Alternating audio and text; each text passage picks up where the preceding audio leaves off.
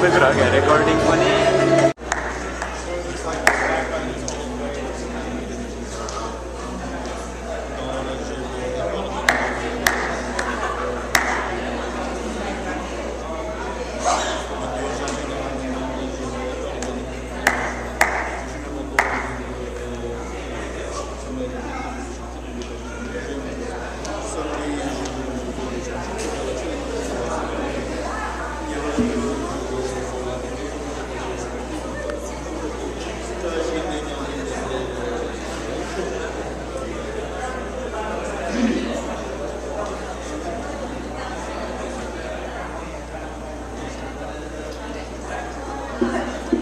Thank you. Bye.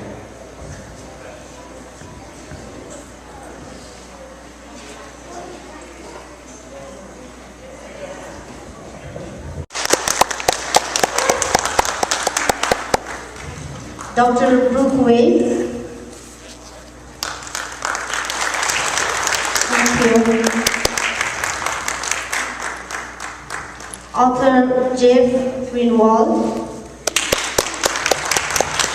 Thank you.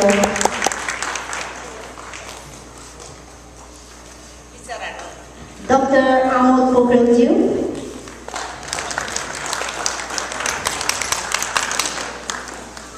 Mr. Dhruva Thapaju, हाम्रो समाजदल ने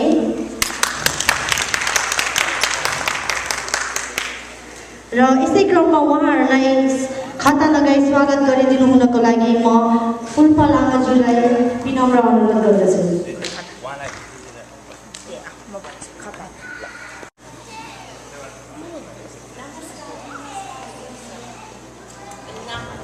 धन्यवाद। यसै क्रममा सर बे एरियाका सर संस्थाका प्रतिनिधिहरू mister Ghanaprasad Dawadi, president of northern Nepalese association of northern California, mister Chinkaji Shrestha, president of Lions Club of Annapurna 3,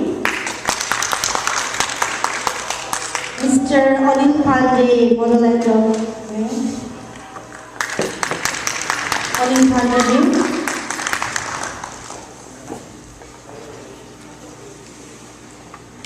mister Buddha Maharjan Newa Khala सैचरोजा, mister Jikendra Maske, president of Everest Club of सैचरोजा,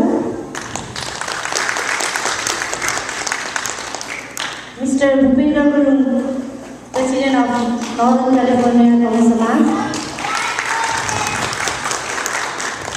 mister Gyalpo Yojan, president of वाइजोल कैलिफोर्निया,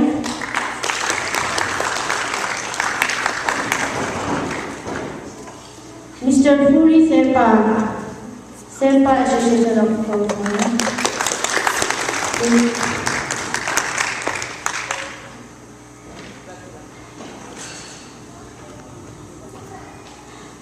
सबै प्रतिनिधिहरू आफ्नो ठाउँमा आसन ग्रहण गरिदिन म हार्दिक अनुरोध गर्दछु।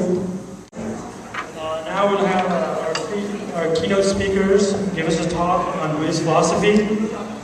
First, we'd like to ask Mr. Brook to come forward and, yes please, and he'll be giving a talk on karma.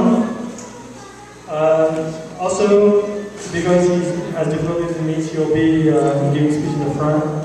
And I'd like to give a few bio about Mr. Brook. Mr. Brook was raised in Kenya for 16 years and later moved to England.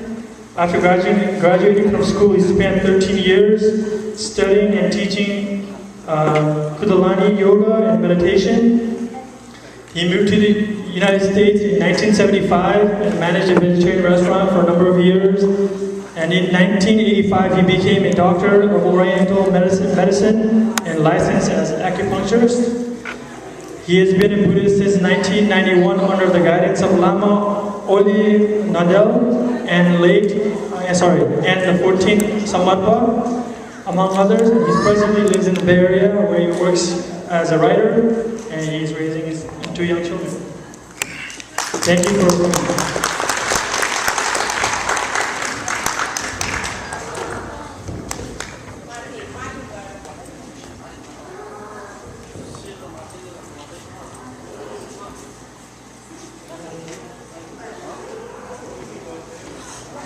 you very much for having me here.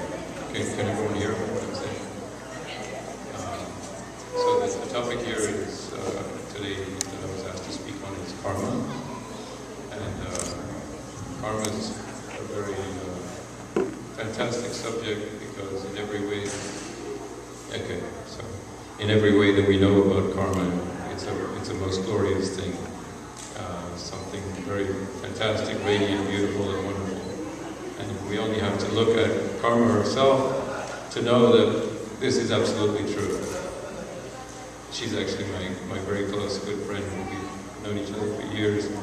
And if anyone doesn't actually know about karma, she is actually comes from a very, I'm sure everybody knows this, but she comes from a very extraordinary family where two very influential tulkus are in her family. One of them, Gyaltso Rinpoche, is the recognized reincarnation of the great yogi Milarepa. So we have an amazing connection from Karma Sherpa. And it's also a great honor to be here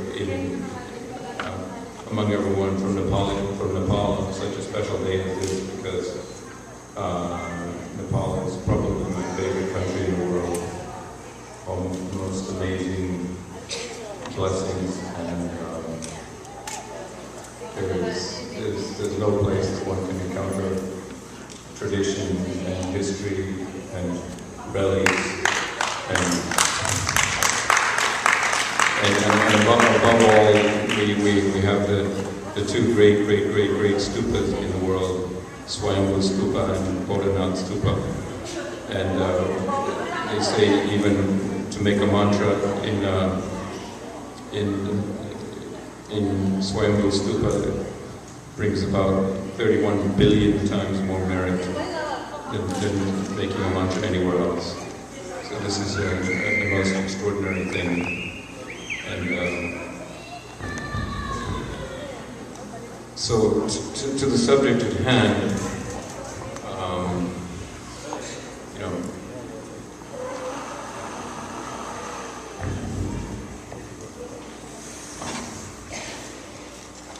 cheat sheet here.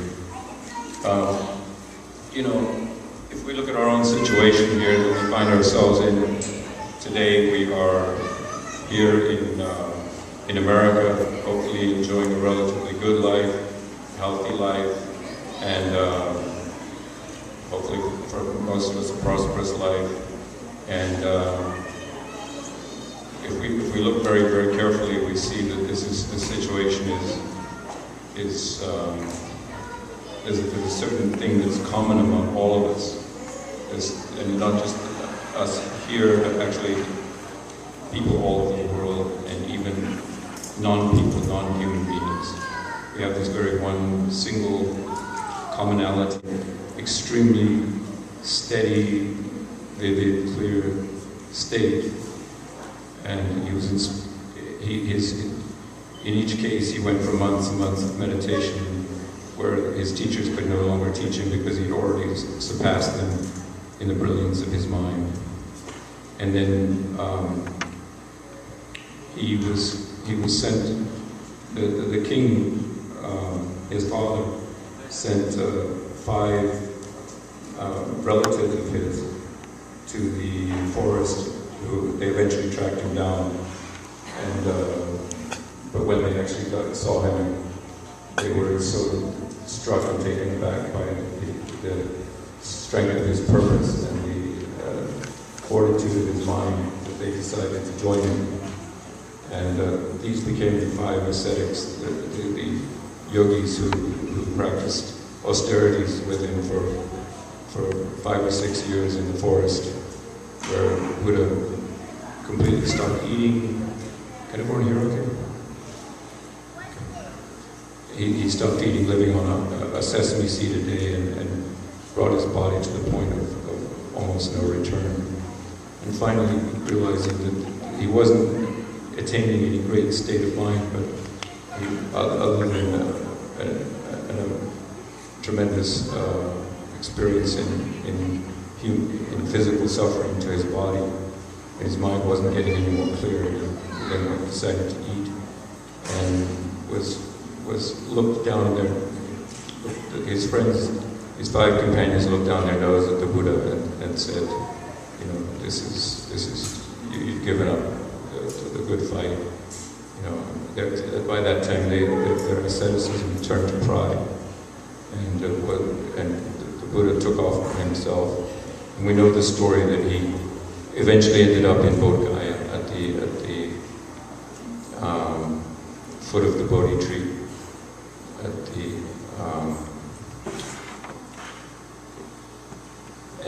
and sat in meditation on the full moon in May, which we find ourselves in today, in 5,600 years ago. So we can imagine that very clearly, that he put that on himself to stay immobile in pure meditation until every state that he wished to achieve would awoke in him, which it did. And at that time, inconceivable states of energy and bliss rose in his body, and he was visited by every type of higher deity, and all of the great images one sees in the Tankas. You know, every inner channel and energy was blitzing through his body with intense bliss. And अब हाम्रो अर्को keynote speaker हुनुहुन्छ Dr. Viros Sakya. Dr. Viros Sakya PhD is an assistant chair in the Department of Religious Studies. He earned his PhD in Religious Studies in Buddhist philosophy from the University of the West LA and PhD in Buddhist study from Tribhuvan University. He is a project coordinator of the Digital Sanskrit Buddhist Canon Project and Rare Buddhist Sanskrit Manuscript Preservation Project. Dr. Sakya is also an academic teacher in Buddhist philosophy. Now, I would also like to call upon Mr. Rajendra Lama up on the stage to moderate this session. Thank you. Thank you. Dr. Sakya.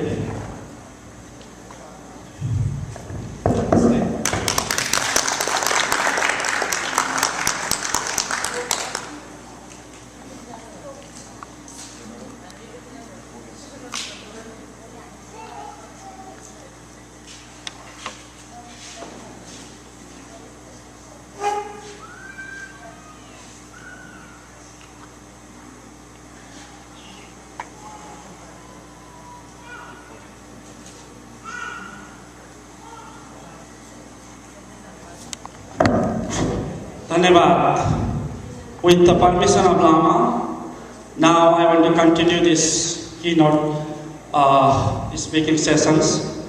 Mo Lama Guruji ko अनुमतिबाट म यो सेसनलाई निरन्तर दिन चाहन्छु र हाम्रो संगीता बहिनी र हाम्रो पूर्वज फेरि आउनुहुनेछ।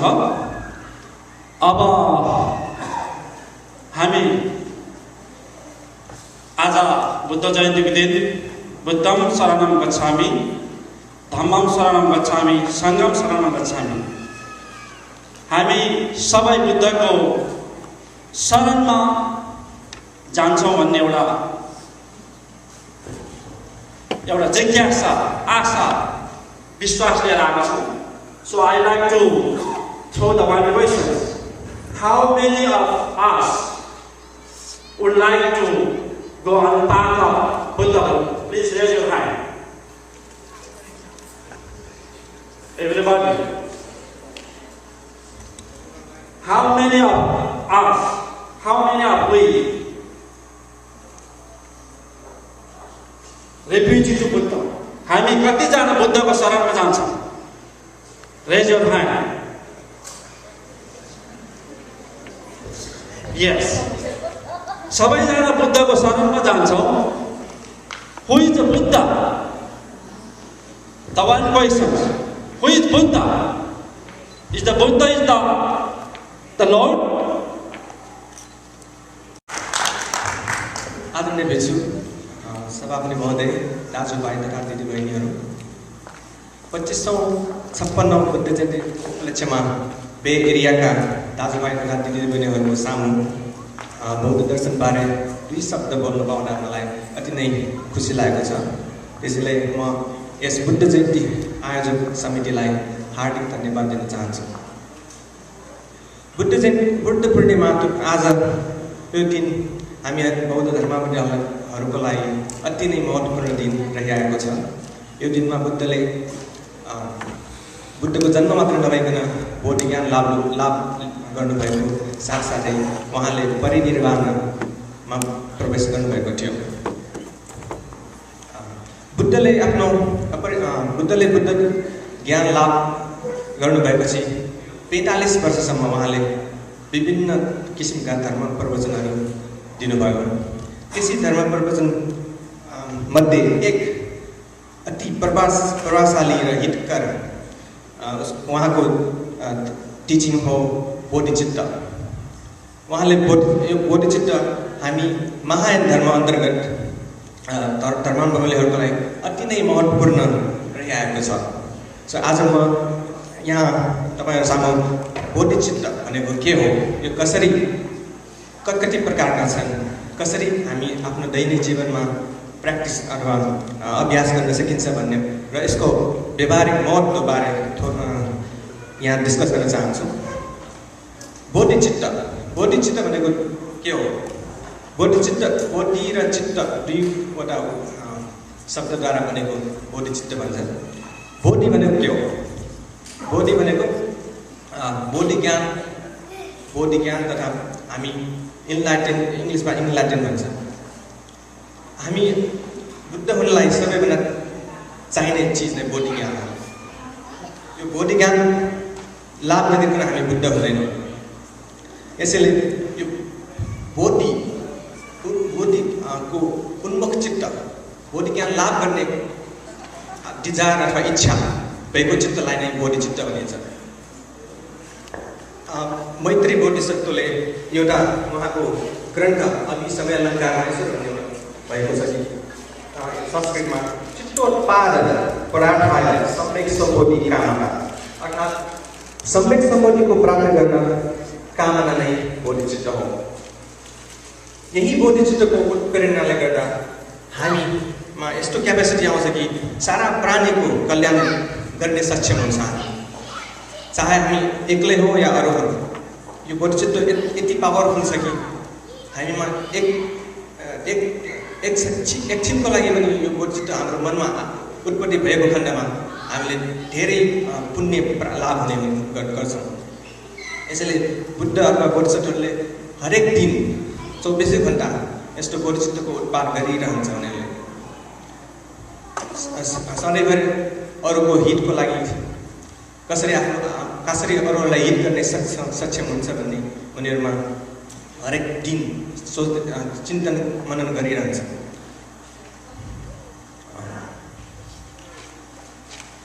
सो यो बोधिचित्तमा हामी अरू प्राणीहरूलाई बढी स्नेह राख्ने, कसरी अरू प्राणीहरू नै हामी माता सरह आफ्नो अरू प्राणीहरूलाई मोडरली बिइङ इङ्ग्लिसमा भन्छ जस्तो ठानेर हामीले स्नेह गर्नुपर्छ। बोधिचित्त भनेको 2 प्रकारका छन्, एउटा समृद्धि बोधिचित्त र परमार्थ बोधिचित्त। समृद्धि बोधिचित्त भन्नाले बुद्ध हुने इच्छा, म जस इच्छा सबै प्राणीलाई म बुद्ध बनेर हित गर्न सकूँ भन्ने इच्छालाई नै समृद्धि बोधिचित्त भनिन्छन्। समृद्धि बोधिचित्त 2 प्रकारका छन्, एउटा बोधिपनिधि चित्त र बोधि प्रस्थान चित्त। बोधिपनिधि चित्त भन्नाले सम्पूर्ण जगतको हितको लागि बुद्ध बन्न सकौँ भन्ने प्रार्थना चेतना, यसलाई नै हामी परिणिति चित्त भनिन्छन्। अनि दोस्रो बोधि प्रस्थान चित्त भन्नाले यो चित्त परिणिति चित्त आफ्नो मनमा ल्याएपछि चित्तमा म बुद्ध बन्न सकूँ भनेर मात्रै पुग्दैन, केही गर्नुपर्ने हुन्छ। जस्तै पुण्य सम्भार, एक्युमुलेसन अफ मेरिट लगाएर जस्तै हामी 6 प्रकारको पारामिटर दानशील शान्ति वीर्य ध्यान यस्ता प्र्याक्टिस गर्नुपर्ने हुन्छ यसरी पुण्य सम्भार र ज्ञान सम्भार गर्न अग्रसर भएर यो बोडी बस्तान चित्त उत्पत्ति गर्नुपर्छ दोस्रो चित्त परमार्थ बोडी चित्तको भनेको यस्तो मैत्री र करुणामूलक समृद्धि बोडी चित्तले मात्र प्राप्त हुँदैन यसको साथै प्रज्ञारूपी गम्भीर शून्यतालाई साक्षात रूपबाट चिन्ने परमार्थ बोधी चित्तको उत्पादन गर्नु अति आवश्यकता छ सो समृद्धि बोधी चित्त त्यसपछि हामीले बोडी बस्तान चित्त उत्पत्ति गरेर परमार्थ बोधी चित्त तेस्रो स्टेप हाम्रो भावनामा ल्याउनु पर्ने हुन्छ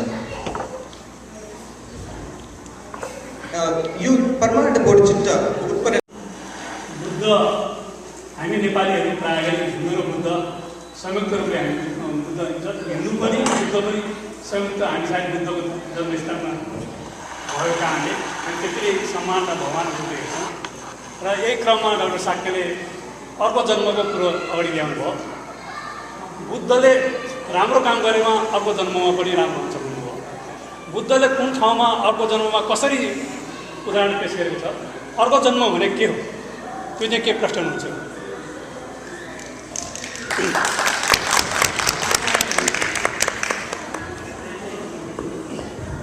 यही तलै आउनु भए पनि हुन्छ नि राजेन्द्रजी 5 लाखमा विश्वास गर्ने यहाँ कतिजना छ हात उठाउनुहोस् 5 लाख और फ्युचर लाइफ 5 लाख विश्वास गर्ने कतिजना हुनुहुन्छ how many of we believe on past last life 5 lakh और फ्युचर लाइफ भविष्य अथवा वर्तमान भविष्य के तपाईहरु सबैले कन्फिडेन्स छ कि म यो जन्म हामी मरेपछि अर्को जन्म हुन्छ भनेर कन्फिडेन्स छ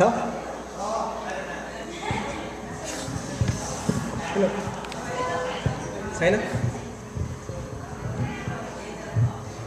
यो हाम्रो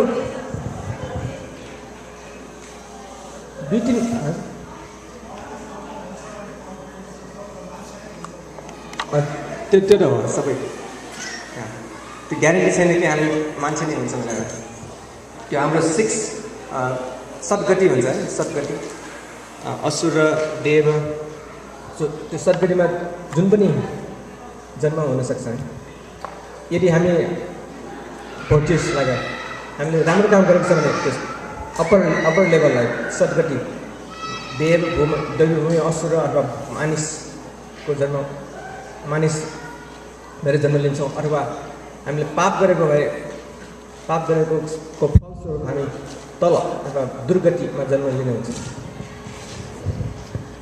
हामीले त्यो कसरी प्रुभ गर्न सकिन्छ प्रेजेन्ट अथवा फ्युचर लाइफ छ भन्ने हाम्रो शरीर अहिले हाम्रो शरीरभित्र हामी भन्छ कि लाइफ लाइक आत्मा हिन्दू धर्ममा आत्मा भन्छ बुद्धिस्टहरूले मन अथवा थट यदि हामी र डेड बडीमा के फरक छ डेड बडी पनि शरीरै हो हामी पनि शरीरै हो है किन त्यो डेड बडीलाई हामी डेड भन्ने बडी भन्छौँ अहिले हामी जीवित भन्छौँ त्यो फरक के भने त्यो मन थट अथवा हिन्दू धर्म भन्यो भने आत्माले अहिले हामी जीवित छौँ because we have a consciousness अथवा थट है मरेपछि त्यो कन्सियसनेस हाम्रो शरीरबाट निस्केपछि कहाँ जान्छ कुनै ठाउँमा जानुपर्छ नि डेस्टिनेसन त हुनु पऱ्यो कि धेरै जसले भन्छ कि स्पिरिट भन्छ मरेपछि हामी त्यो स्पिरिट बनेर भूत प्रेत बस्यो त्यो स्पिरिट बन्ने पनि हुन्छ मरेपछि तर केही ठाउँमा जाने निश्चित छ स्पिरिट बन्ने अथवा अरू नेक्स्ट लाइफ यसैले त्यो डेड बडी यदि हाम्रो यो मन अथवा आत्मा छैन भन्ने हो भने डेड बडी र हामी इक्वल हुनुपर्ने हो यो एउटा तर्क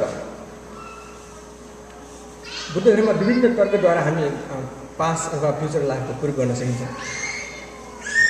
हाम्रो हामी हाम्रो जन्म हुन्छ जन्म हुँदाखेरि हाम्रो बडी आमा बाबुबाट पाउँछ तर आत्मा अथवा मन हिन्दू धर्म जस्तै आत्मा मन कहाँबाट आउँछ मन त आमा बाबुबाट आएको होइन यदि मन आमा बाबुबाट आएको हो भने आमा एउटा बुबा अथवा आमाको 3वटा छोराछोरी हुन्छ तीनवटा छोराको उनीहरूको नेचर उनीहरूको स्वभाव 3वटा प्रकारको हुन्छ किन एउटै प्रकारको भएन त्यो यदि आमा बाबु त्यो हाम्रो मन आमा बाबुबाट आएको हो भने 3वटाको स्वभाव एउटै हुनुपर्ने तर 3 प्रकारको हुन्छ हाम्रो लागि हातमा 5 औँला त्यो इक्वल नभए जस्तै हाम्रो 3वटा बच्चा 3वटा प्रकारको अर्को उदाहरण दिनु भयो भने कोही बच्चाहरू जब जन्मिन्छ उनीहरूको अनौठो प्रकारको ट्यालेन्टहरू हुनुहुन्छ कुनै लाइक 1-2 वर्ष भएको हुँदैन चित्र लेख्ने हामीभन्दा पनि राम्रोसँग चित्र लेख्ने हुन्छ त्यस्तो प्रपर्टी कहाँबाट आयो त्यो 5 लाखको त्यो ह्याबिचुअल प्याटर्नबाट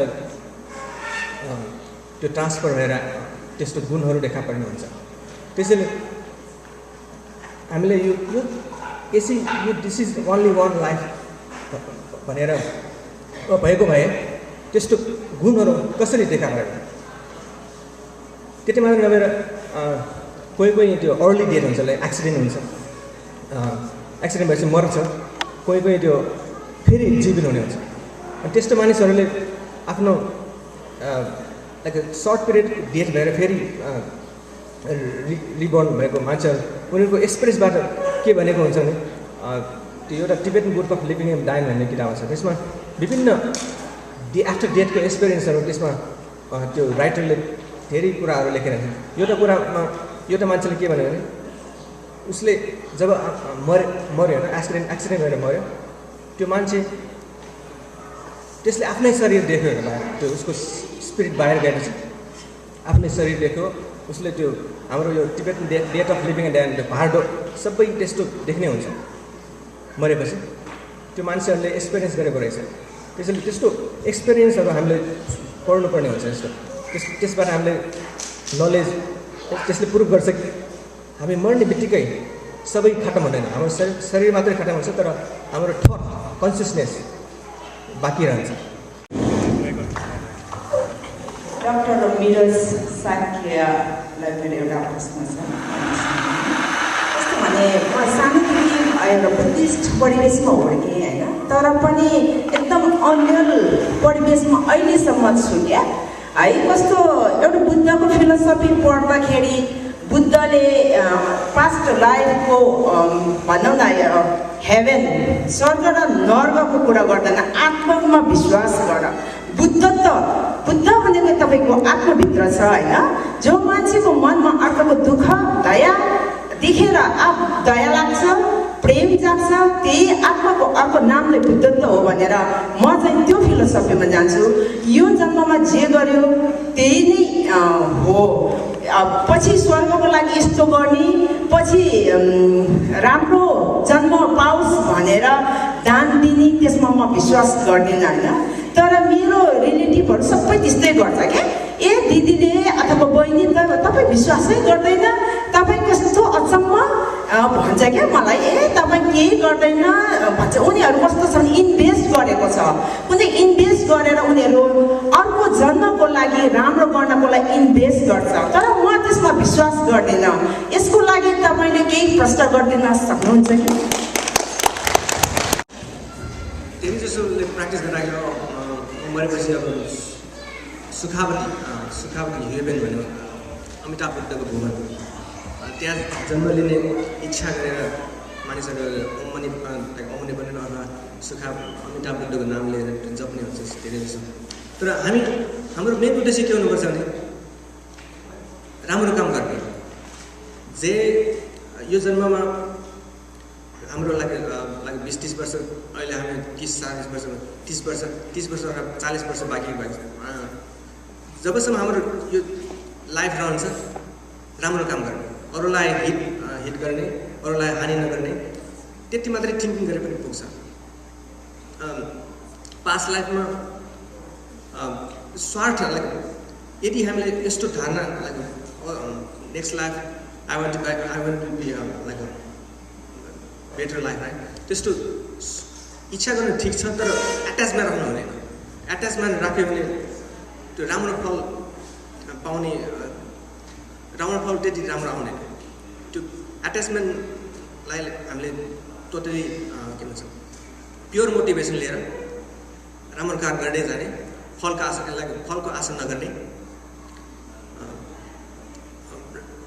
आफ्नो दलिलामाले हरेक यदि तपाईँले अरूलाई हिट गर्न सक्षम छ भने हिट गर्ने, तर अरूलाई हानि नगर्ने, त्यति मात्रै हाम्रो डे टु डे लाइफमा इम्प्लिमेन्ट गरेर प्र्याक्टिस गरेर गयो भने पास्ट लाइफमा विश्वास गर्नेहरूले पास्ट लाइफमा राम्रै पाउँछ। यो लाइफ मात्र विश्वास हुने भने हाम्रो रेस्ट अफ लाइफ चाहिँ आरामदायी भएर बिताउने हुन्छ। So to not to harm other, benefit other if you can, यो थ्योरी एकदम राम्रो हो। त्यो पास्ट लाइफमै विश्वास गर्नुपर्ने त्यस्तो हुँदैन। यो लाइफमा मात्रै भए पनि त्यो दुईवटा प्रिन्सिपल सके अरूलाई हिट गर्ने, नत्र अरूलाई don't harm other. How to get the inner peace, मनको शान्ति कसरी पाउने? जुन यो सन्दर्भमा मैले के सोधेको भने मैले डकुमेन्ट्री हेर्दै थिएँ गौतम बुद्धको होइन, अनि गौतम बुद्धले अब आफ्नो त्यो मेडिटेसन गरेर उहाँले जुन एउटा शान्ति पाउनुभयो नि, त्यो एउटा नर्मल मान्छे, हामी जस्तो नर्मल मान्छेले कसरी त्यो शान्ति पाउने?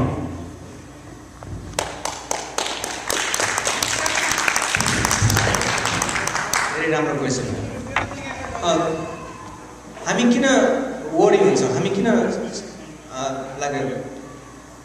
Piece, why we don't have peace, peace कसरी प्राप्त हुन्छ? धेरै जस्तो हाम्रो worries come from when we आत्मस्नेह भनेर म सबै चिजहरू मबाट, द प्रब्लम स्टार्ट फ्रम म। मलाई उसले गाली गर्यो, मलाई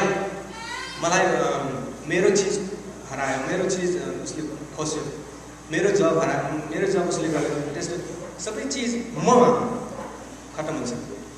यदि हामीले ठ्याक्क अपोजिट मलाई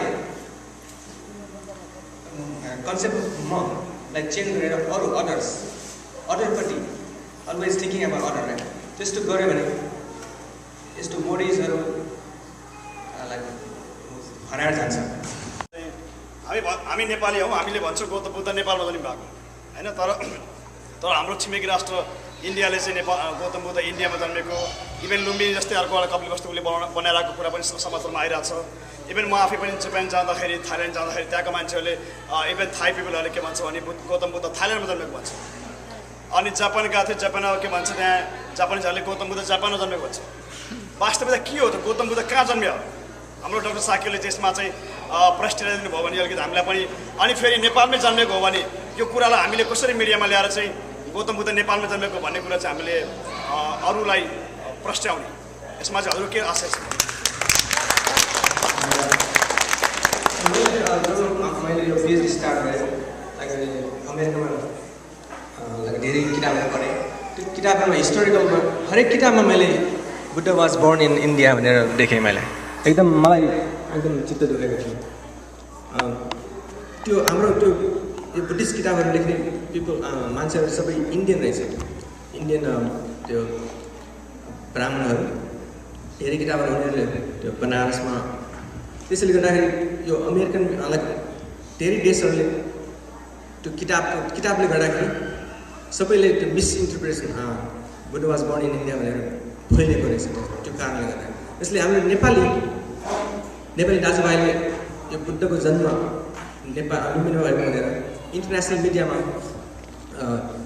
किताबद्वारा अथवा आर्टिकल धेरै किसिमको मिडियामा अलि प्रचार ल्याउनु पर्ने देखिन्छ बिकज इन्डियन बुक राइटरहरूको डोमिनेन्सहरू हाम्रो बुद्धिस्ट स्टडिजमा त्यसले मिसलिडिङ भइरहेछ अहिले त इन्डियाको एट्र्याक्सन किनभने हाम्रो बुद्धको अरू 3वटा मेन इम्पोर्टेन्ट साइट चतुर्धाम 4 धाम है बोधगया कुशीनगर र सारनाथ 3वटा इन्डियामा रहेछ अहिले तर बुद्धको मेन इम्पोर्टेन्ट प्लेस लुम्बिनी मात्र हाम्रो नेपालमा रहेछ उनीहरूको लागि यो 4वटा आफ्नो देशमा भयो भने एकदम like tourism point of view हरेक किसिमले इन्डियालाई फाइदा हुने भएकोले उनीहरूले त्यो गाभ्न खोजेको हो पोलिटिकल्ली इकोनोमिकल्ली धेरै किसिमले उनीहरूलाई फाइदा हुने रहेछ यो नेपाल लुम्बिनी इन्डियाको भन्नुमा त्यसमा त्यसै गर्दाखेरि हामी नेपाली भएर हामीले यसलाई रोक्नुपर्ने अति इम्पोर्टेन्ट जसरी भए पनि अहिले इन्डियाको मिडिया हाम्रो नेपालभन्दा धेरै ठुलो तर पनि हामी नेपाली मिडियाहरूले सबैजना एकजुट भएर हरेक यो बुद्ध जयन्ती अथवा हरेक फेस्टिभलमा इन्टरनेसनल वाइड प्रचार ल्याउनुपर्ने देखिन्छ Nepal is born in Nepal Buddha was born in Nepal भनेर यदि मिडियाहरूले हामीलाई साथ दिएको भए यसलाई रोक्न सकिन्छ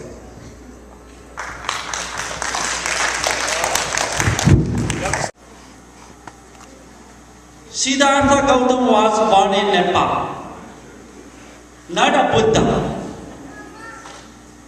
Agree? Siddhartha Gautama was born in Nepal. This is my personal opinion, personal view.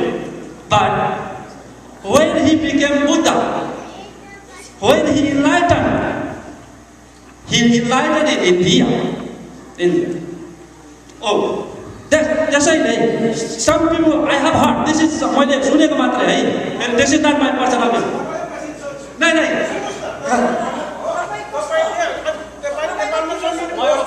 No, this is I have heard. तपाईं नेपालमा जन्मिनु भयो, अमेरिकामा आएर पढ्नु कि तपाईं अमेरिकन भन्छ? That's the question I'm asking you. Yeah, that's the I'm asking you the question. They say no. They say not just I have a heart. No, सुनो नहीं. अब as a political, हामीले चाहिँ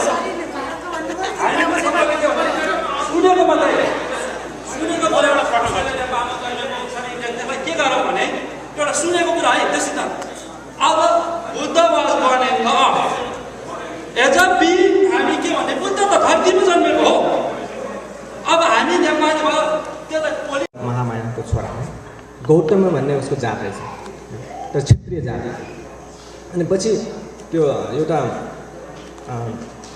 विशुद्धव भन्ने शाक्य अहिले नेवार हो त्यो पहिला त्यो क्षेत्रीय जात हो त्यही थोरै स्टोरी बनाउनु पछि एउटा राजा विद्युधव भन्नेले 70,000 पिपुल माइसाकर गरे त्यो पछि गरेपछि सबै शाक्यहरू छरेर यता डिफ्युज भयो कुनै हिस्टोरिकल्ली फ्यु शाक्य काठमाडौँ भ्यालीमा पनि उनीहरू आएको रहेछ म शाक्य मेरो सरनेम शाक्य होला हाम्रो चापा गाउँ हो कि कहाँ एउटा शिलालेख भेटेको रहेछ त्यहाँ त्यो शिलालेखमा लेखेअनुसार शाक्य भिक्षुहरू त्यहाँ 2500 इयर्स अगो लागि शाक्य भिक्षुहरू आएर त्यहाँ बसेको भनेर शिलालेख भेटाएको रहेछ त्यो चापा गाउँ अथवा त्यो नर्दर्न नेपालतिर त्यसैले त्यो शाक्य हामी अहिले नेपालमा भएको शाक्य र त्यो कोलीय कपिल वस्तुको शाक्य हामीले त्यो हिस्टोरिकल्ली प्रुभ गर्न सक्दैनौँ तर दुई तिनवटा शिलालेखहरूद्वारा यस्तो शङ्का हिस्टोरिकलले प्रुभ गर्ने रिजन चाहिँ छ कनेक्सन अर्को क्वेसन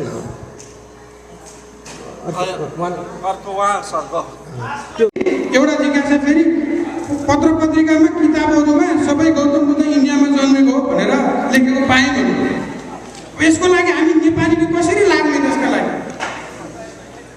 गौतम बुद्ध साँच्चीकै नेपालमै जन्मनु भएको हो लुम्बिनीमा जन्मनु भएको हो र त्यो नेपालीको गर्वको विषय हो भनेर as a Buddhist as a Nepali हामीले यसलाई कसरी प्रुभ गर्ने यसको लागि अरू बाटोहरू के छन् हामी कसरी यसलाई सार्थक रूपमा लान सकिन्छौँ यो मेरो जिज्ञासाको विषय गर्छ थ्याङ्क यू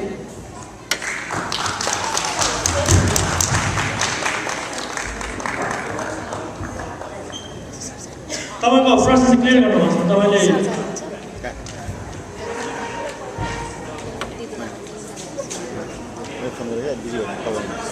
तपाईँको प्रश्न गराइदिनुहोस् न मेरो प्रश्नको जिज्ञासा गर्छमा के भने अब हामी अमेरिकामा बस्ने नेपाली हो चाहे जुनसुकै धर्म मान्ने हो गौतम बुद्ध भनेको नेपालको 2500 वर्ष अगाडिको इतिहास यसलाई कसरी गौतम बुद्ध नेपालमै जन्मेको हो भनेर हामीले अगाडि बढाउन सकिन्छ त मिडियादेखि लिएर सारा कुराहरू यो कन्सेप्टमा हामीले यसका लागि के क्रियाकलाप कुन कदम चाल्दा गर्न सकिन्छ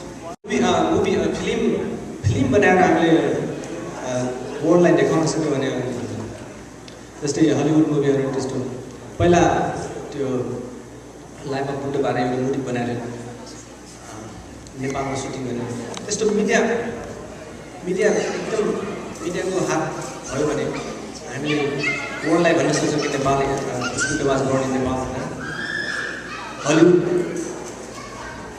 हलिउडको हात अथवा भेरी इन्टरनेसनल मिडियाहरूले रेस्पोन्सिबिलिटी उनीहरूको सहयोगबाट हामी केही चिज लाइक डकुमेन्ट्री अथवा केही इन्टरनेसनल स्ट्यान्डर्ड यसो देखाउन पाएको खण्डमा we can establish the concept. Please welcome Author Jeff Greenwald upon the stage and share some of his experience among us. Can we get some of these lights turned down a little bit? Just the front ones? Just the front one.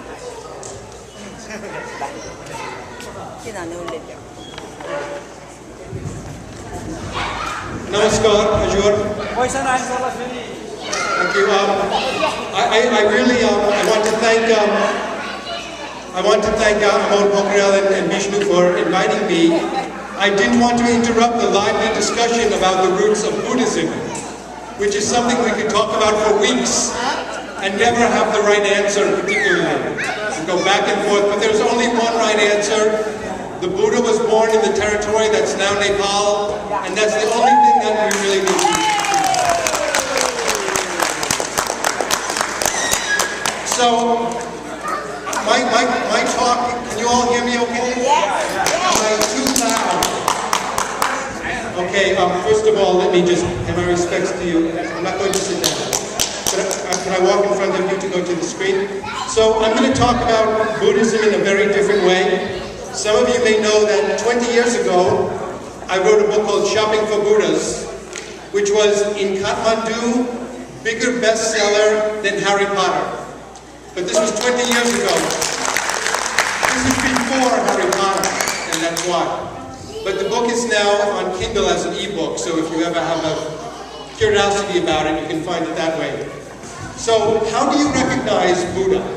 This is a question that we should be asking. How would you recognize Buddha if you saw Buddha? So the poets from the subcontinent came up with 32 marks that would show you for sure if somebody was a Buddha or not. But they can't just have one of these marks. They have to have all of these marks. So I'm just going to show you 15 of those marks that you can tell you're looking at a Buddha. So the first thing is, can you all see this? Buddha's feet are often marked with circles, okay? They're found standing inside the circle. Buddha has long, sensuous fingers. He does not bite his nails. He does not crack his knuckles. He has beautiful, smooth fingers. Buddha's scalp is covered with these little curls. A lot of people think these curls are hair. How many people think those curls are curls of hair? Is that the tradition in Nepal to believe that these are hair curls? Yes. What's the belief? We thought it's hair. They're snails. From when he was meditating in the hot sun and the snails all crawled up to cover his head. So that's another way you can recognize the Buddha is the small snails covering his head. The Buddha has very long earlobes. Whenever you see a Buddha, true Buddha, you recognize the long earlobes, which are a sign of noble birth, because it means they're wearing those heavy gold earrings all the time. The Buddha's eyes are always centered and looking down very slightly. It's a look that doesn't capture you and it doesn't push you away. It just invites you to be where the Buddha is, to be part of the Buddha's experience.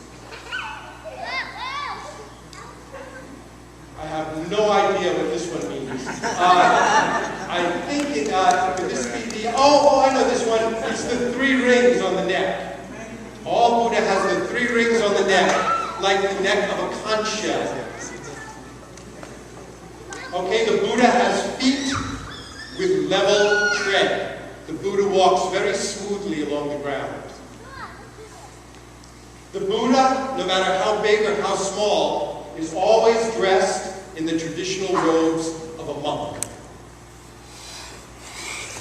The Buddha's shoulders are as broad as a lion's. His skin is the color of gold. Here's an interesting fact about the Buddha. You can test this out on yourself. When the Buddha is standing straight up, he can cover his knees with his hands. You can see that this Buddha could do that. I myself cannot. His figure, the figure of the Buddha, is consistently round, always has a beautiful rounded shape.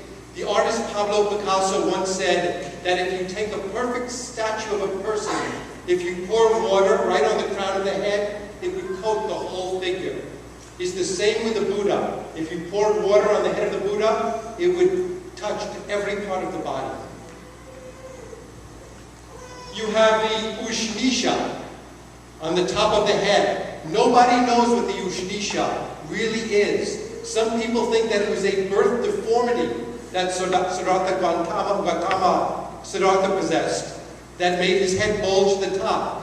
Other people think that the Buddha himself actually was different than we are. His body was different. He had the strange shape of the top of his head. But I don't think that's true, because I think the whole point of the Buddha teaching is that all of us have the potential to be a Buddha, whether we have the bump on our head or not. The Buddha also has the urna in the center of the forehead. All Buddhas have this sign. Some people believe it's a symbol for Buddha's third eye. Other people believe that the urna of Buddha is itself a source of light. And the Buddha's feet are marked, always one way or another, with the sign of the conch shell. And there you see a very big Buddha foot. That's from Burma, where that picture was taken. Where the courageous founder of Mighty Nepal, who's helped more than 12,000 victims of Nepal's shameful sex trafficking industry reach freedom. From India, Nipan Mehta, who founded the online charity Service Space. His childhood goal was to be a tennis pro or a Himalayan yogi. And now he's one of the greatest philanthropists in the world. Finally, I would say my old friend, a man who passed away some years ago. I don't know if any of you knew the great Mahesh Regmi, who was the man who ran the Nepal News Digest, a man who through all the difficult, bitter years before Jana Andolan dedicated his life to having a sense of humor and getting the news out to people who would otherwise never see it. So those are just a few Nepali bodhisattvas. All of those people, all the people I just showed you pictures of, all of them chose, in spite of temptations that you and I could never resist the temptation of nirvana itself. All of them chose to be reborn on this insane planet again and again and again and again. कार्यक्रमलाई हरेक दृष्टिबाट सक्षम बनाउन सधैँ लागि पर्नुहुने NC समाजद्वारा यस Buddha जयन्तीका chief coordinator Shri Vishnu Gurung एकताज्यूलाई मञ्चमा I thank you note दिनुहुनको लागि विनम्र अनुरोध गर्दछु।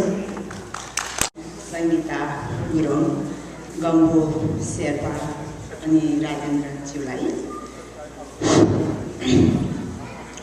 Ladies and gentlemen, very good afternoon and welcome to the special occasion of the Buddha Jayanti celebration 2012. The present Lama Angler, Dr. Miros Sakya, author Jeff Greenwald, and Dr. Brook, whose experience and knowledge in Buddhism is to the extent made this event very exciting, and we are so blessed to have such great personalities here with us this afternoon. I would like to give a special thanks to our key speakers on behalf of the organizing committee for their valuable time. I also would like to take this opportunity to give a big thanks to the organizers such as NC Thomas, California Silver Association, and Common Cooperative Society for organizing this event. The same goes to the media, hamsamas.net, Janamar.com, and bcnepal.com for the media coverage. Elephant 5 for sponsoring the sound system, all the volunteers for their excellent work, Tesla Himalaya Rocket for providing the for replacement. All of you who brought valuable replacement items, and of course, all participants for your warm presence. Together, let's make this event a remarkable